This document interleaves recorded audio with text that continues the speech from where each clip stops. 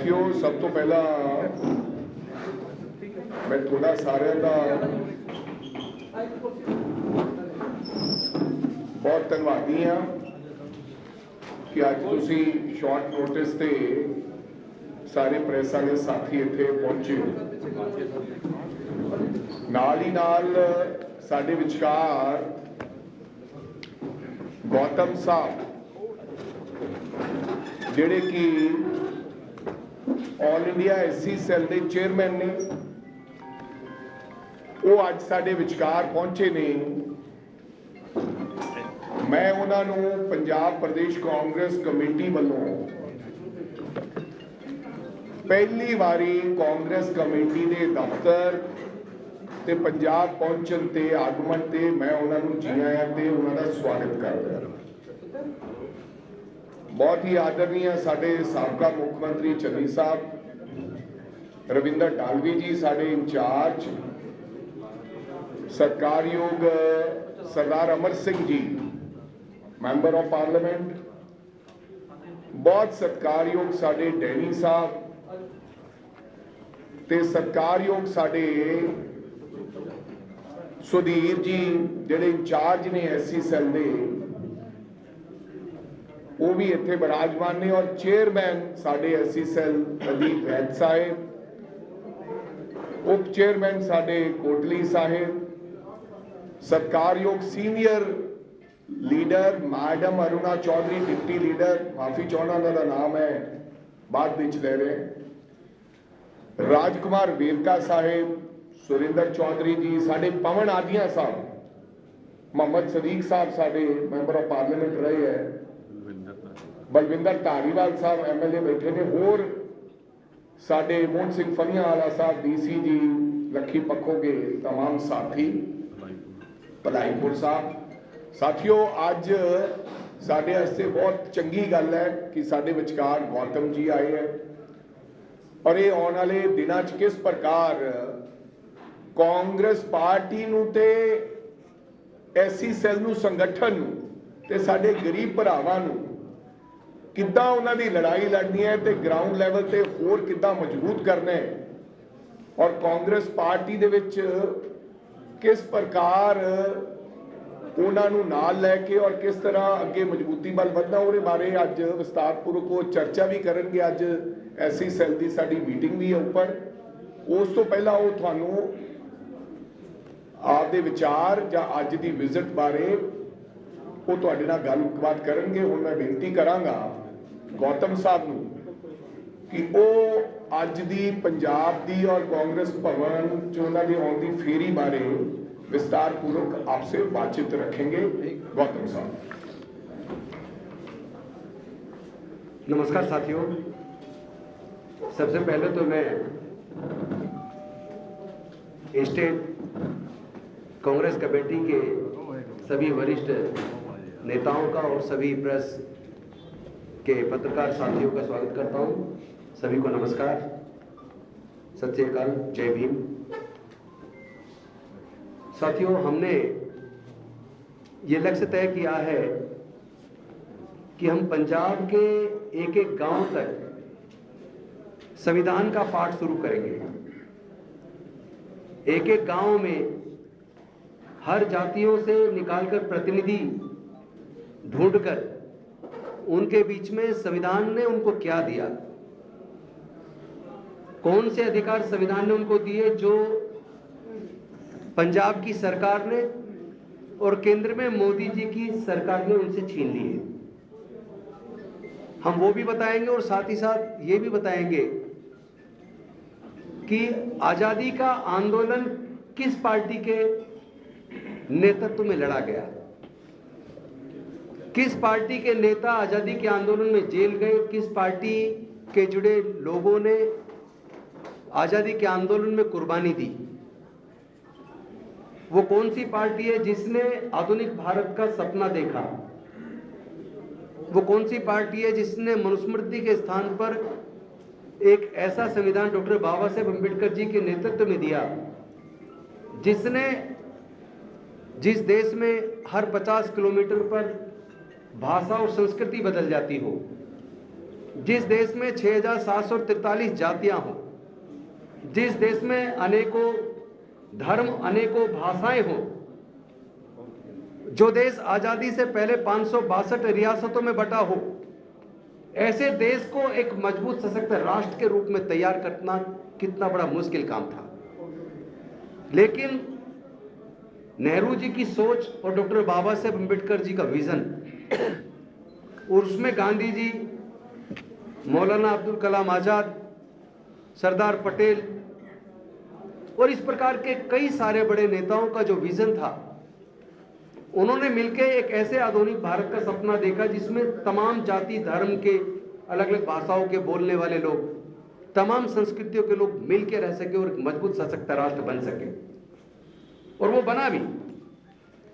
और वो सरकार थी कांग्रेस की जिसने भारत को एम्स दिया, जिसने भारत को IITs दी, जिसने भारत को IIM दिया, जिसने भारत को इंडियन रेलवेज दिया, जिसने भारत को ONGC दिया, जिसने भारत को हिंदुस्तान पेट्रोलियम दिया, जिसने भारत को 100 से ज्यादा PSUs दिए। और इतना ही नहीं, जहां एक तरफ भारत में तमाम बैंक और इंश्योरेंस कंपनी प्राइवेट होती थी, लेकिन कांग्रेस का एक विजन था जिसने जुलाई 1969 में 14 बड़े प्राइवेट बैंकों को राष्ट्रीयकरण करके सरकार के अधीन लिया, और इंश्योरेंस कंपनी और बैंक सरकार के अधीन आई, जिसके माध्यम से खास तौर पर जो वंचित वर्ग, विशेष रूप से दलित, आदिवासी, जो भारत में हजारों साल तक मनुस्मृति के चलते शिक्षा से, संपत्ति से, व्यापार से वंचित रहा, संविधान ने उनको आगे बढ़ने का मौका दिया। और जब बैंकों का राष्ट्रीयकरण हुआ, इंश्योरेंस कंपनियों का राष्ट्रीयकरण हुआ, 100 से ज्यादा PSUs बने, तो करोड़ों दलित और आदिवासियों को भारत की सरकार में और राज्य सरकारों में सरकारी नौकरियों में मौका मिला। वजीफे की व्यवस्था की, वजीफे की व्यवस्था से, वजीफे की मदद से पढ़कर लोग, और रिजर्वेशन की मदद से लोग डॉक्टर बने, इंजीनियर बने, साइंटिस्ट बने, प्रोफेसर बने, वकील बने, जज बने, ब्यूरोक्रेट्स बने। तो ये जो रास्ता था इस देश के वंचित वर्गों को, खासतौर पर आदिवासी और दलितों को मुख्य धारा में लाके उनको भी आगे बढ़ने का रास्ता बनाने का, वो विजन केवल और केवल कांग्रेस का विजन था, जो डॉक्टर बाबा साहेब अम्बेडकर की विचारधारा को संविधान में डालकर और उसको टारगेट लेके कांग्रेस ने जो योजनाओं को ईमानदारी से लागू किया, उसका परिणाम ये हुआ कि रिजर्वेशन के माध्यम से, स्कॉलरशिप की मदद से लोग पढ़ लिख कर डॉक्टर बने, जज बने, प्रोफेसर बने, साइंटिस्ट बने, ब्यूरोक्रेट्स बने, बड़ी बड़ी कुर्सियों तक पहुंचे, MP बने, MLA बने, मुख्यमंत्री बने। और भारत में तो पहला मुख्यमंत्री भी दलित अगर किसी ने बनाया तो कांग्रेस ने बनाया। अब तक जितने भारत में मुख्यमंत्री बने, उसमें 5 मुख्यमंत्री अब तक कांग्रेस पार्टी ने बनाए। तो एक वो पार्टी है जो देने वाली है, जिसने सैकड़ों PSUs बना के हमारे आगे बढ़ने का रास्ता बनाया, और एक वो पार्टी है जो छीनने वाली है। ग्राम पंचायतें दी, मनरेगा दिया, फूड सिक्योरिटी दिया, सूचना का अधिकार दिया, राइट टू एजुकेशन दिया, और जल जंगल जमीन में अधिकार दिया। अगर मैं उस पर चर्चा करूंगा तो फिर 2-3 घंटे तो इस पे लग जाएंगे कि कांग्रेस पार्टी ने क्या क्या दिया। तो मैं सिर्फ ब्रीफ में बताता हूं, जो कांग्रेस ने इस देश को और इस देश के वंचित लोगों को दिया, उसको छीनने में केवल RSS बीजेपी की भूमिका नहीं है, बल्कि 2011 के आसपास जो दिल्ली के रामलीला मैदान में RSS ने, बीजेपी ने मिलकर जो UPA की सरकार को बदनाम करने का षड्यंत्र किया, उस षड्यंत्र का हिस्सा या सिपाही जिसके कंधे पे रख के पूरे षड्यंत्र को अंजाम देने का काम किया, और पूरी तरह झूठ के आधार पर किया, तो वो अन्ना हजारे और अरविंद केजरीवाल थे। क्या था वो आंदोलन? भ्रष्टाचार की बात करके वो आंदोलन चला। 24 घंटे टीवी पे अन्ना हजारे और केजरीवाल दिखते थे, कहते थे भ्रष्टाचार खत्म करना है, काला धन वापस लाना है, लोकपाल वापस लाना है, जनता को दिग्भ्रमित किया, बेवकूफ बनाया और यूपीए की सरकार को, कांग्रेस की सरकार को बदनाम किया। और उसका रिजल्ट यह है कि 2014 में जिस लक्ष्य को लेके वो अन्ना हजारे को बिठा के आंदोलन किया था, वो उस लक्ष्य में सफल हुए और भारतीय जनता पार्टी की केंद्र में सरकार बनी और दिल्ली के अंदर 28 सीटों के साथ कांग्रेस की समर्थन से आम आदमी पार्टी ने सरकार बनाई। सरकार 49 दिन में क्यों गिरी? अगर आपको याद हो, सारे प्रेस के बंधुओं को याद होगा, केजरीवाल जी ने कहा था कि ये कांग्रेस के 8 विधायक मदद नहीं कर रहे, मैं लोकपाल लाना चाहता हूं, इसलिए मैंने रिजाइन कर दिया, सरकार गिरा दी। लेकिन केजरीवाल जी ने कभी यह नहीं बताया कि अगले चुनाव में 2015 के अंदर 70 में से 67 सीट आने के बाद वो लोकपाल क्यों नहीं लाए। झूठ के आधार पर कब तक चलोगे? 14 में मोदी जी की सरकार बन गई, सारी जांच एजेंसियां उनके पास, इनकम टैक्स उनके पास, सीबीआई उनके पास, ईडी उनके पास, सारे साधन संसाधन उनके पास। उन्हीं की सीबीआई ने 2G स्पेक्ट्रम घोटाला जो सबसे ज्यादा प्रचारित किया, कोल ब्लॉक घोटाला सबसे ज्यादा प्रचारित किया, 2G स्पेक्ट्रम घोटाले में सीबीआई ने क्लोजर रिपोर्ट दाखिल कर दी और कोल ब्लॉक घोटाले में कोर्ट ने कह दिया कि कोई घोटाला हुआ नहीं है। तो फिर सच क्या है? और कॉमनवेल्थ घोटाला, वो भी कोर्ट से बरी हो गया, उसमें भी कुछ नहीं हुआ। इसका मतलब यह हुआ कि कोई घोटाला हुआ ही नहीं था, ना कोई कोल ब्लॉक घोटाला था, ना कोई 2G स्पेक्ट्रम घोटाला था। अन्यथा जब सरकार बीजेपी की बन गई, मोदी जी की बन गई, जांच एजेंसी आपकी थी, तो जांच में पूरी जांच करने के बाद क्लोजर रिपोर्ट लगाते हुए खुद इनकी सीबीआई ने कहा कि 2G स्पेक्ट्रम घोटाला में कुछ नहीं है, कोई घोटाला हुआ नहीं है। सारे घोटाले झूठे निकले और लोकपाल का क्या असर? आज लोकपाल का है, काला धन वापस लाने की बात थी, आज 3 गुना बढ़ गया और 3 गुना काला धन बढ़ने के बाद आज वो अन्ना हजारे कहां हैं और वो अरविंद केजरीवाल कहां हैं, जो इतने बड़े वीआईपी, जो आम आदमी की बात करके आए, आज इतने बड़े वीआईपी बन गए कि सत्ता जाने के बाद वो दिल्ली में नहीं है। अरविंद केजरीवाल, मनीष सिसोदिया, सत्येंद्र जैन आज दिल्ली में क्यों नहीं है? जिस जनता ने आपको 10 साल वहां राज करने का मौका दिया, जैसे ही आप सत्ता सटे जनता को छोड़ के भाग गए। आपको इतना वीआईपी कल्चर में आपको आदत पड़ गई कि आज यहां महल में रह रहे हैं। आप उनका लाइफस्टाइल देखिए, सरकार के सारे संसाधनों का इस्तेमाल कर रहे हैं। और तो और झूठ देखिए, 2017 के चुनाव में मुझे याद है, मैं चूंकि आम आदमी पार्टी में विधायक था, उस वक्त प्रचार में था मैं, इन्होंने वादा किया था कि अब हमारी सरकार बनेगी तो हम एक दलित को डिप्टी सीएम बनाएंगे। तो सरकार उस बार नहीं बनी, लेकिन 2022 में बनी, आज तक क्यों नहीं बनाया? और आपने वादा किया था हम महिलाओं को 1000 रुपये महीना देंगे। सरकार के 5 साल पूरे होने वाले, सरकार जाने वाले, यहां से भी सत्ता खत्म होने वाली है, लेकिन वो वादा भी पूरा नहीं हुआ। आपकी अपनी यूनिवर्सिटीज के अंदर प्रोफेसर्स की वैकेंसी निकलती है, उसके अंदर आप पक्षपात करते हैं, उसमें दलितों को रिजर्वेशन नहीं देते।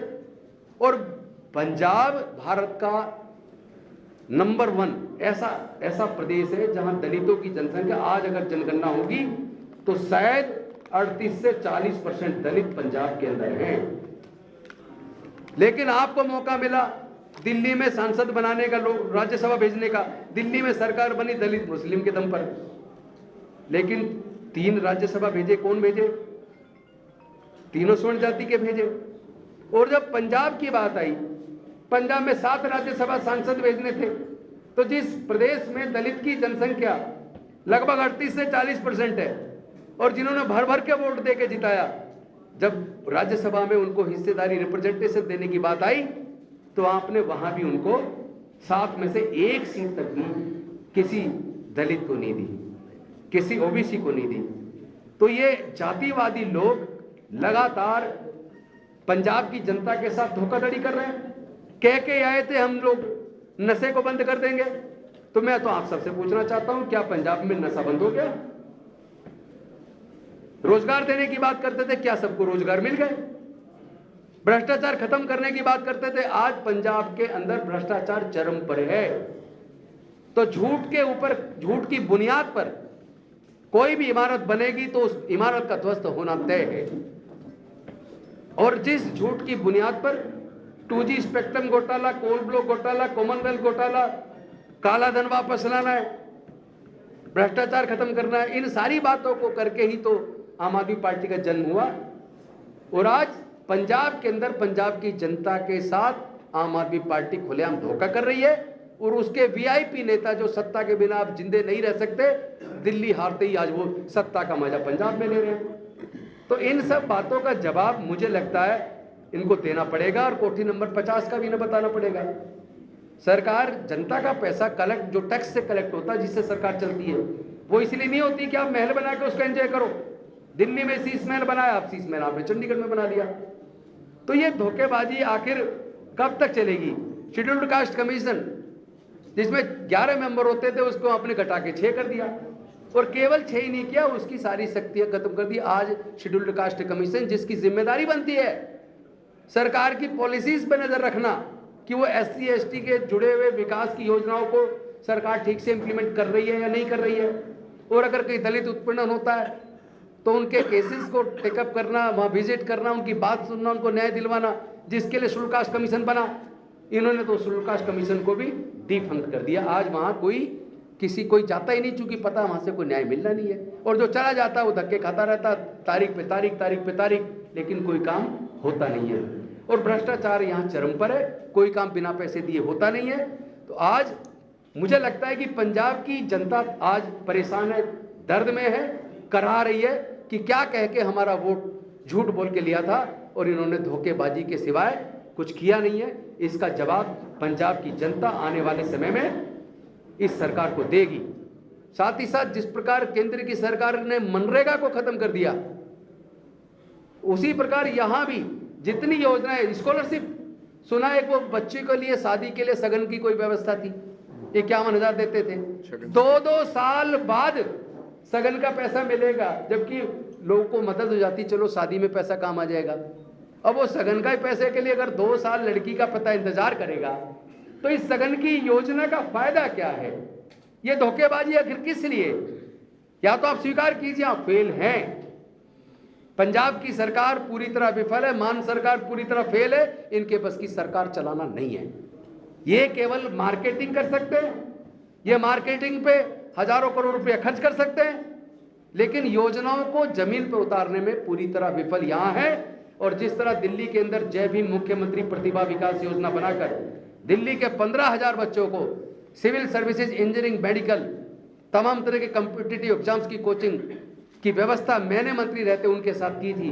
मुझे दुख है कि केजरीवाल जी के ही समय उन्हीं की आंखों के सामने वो योजना बंद कर दी गई, और मैंने उनसे कहा तो मेरी बात पे ध्यान नहीं दिया। दिल्ली के अपने इंजीनियरिंग कॉलेज, दिल्ली सरकार के law college, national law university है द्वारका के अंदर, Netaji Subhash university of technology है द्वारका के अंदर, साबा डेरी के अंदर, दिल्ली के अंदर दिल्ली टेक्नोलॉजिकल यूनिवर्सिटी है। आप जानकर मतलब आपका मन दर्द से भर जाएगा, क्योंकि मैं बहुत दुखी हूं। वहां पर लॉ के अंदर 5 साल का लॉ का कोर्स है दिल्ली सरकार के कॉलेज में, 1 साल की फीस 4.25 लाख रुपया है।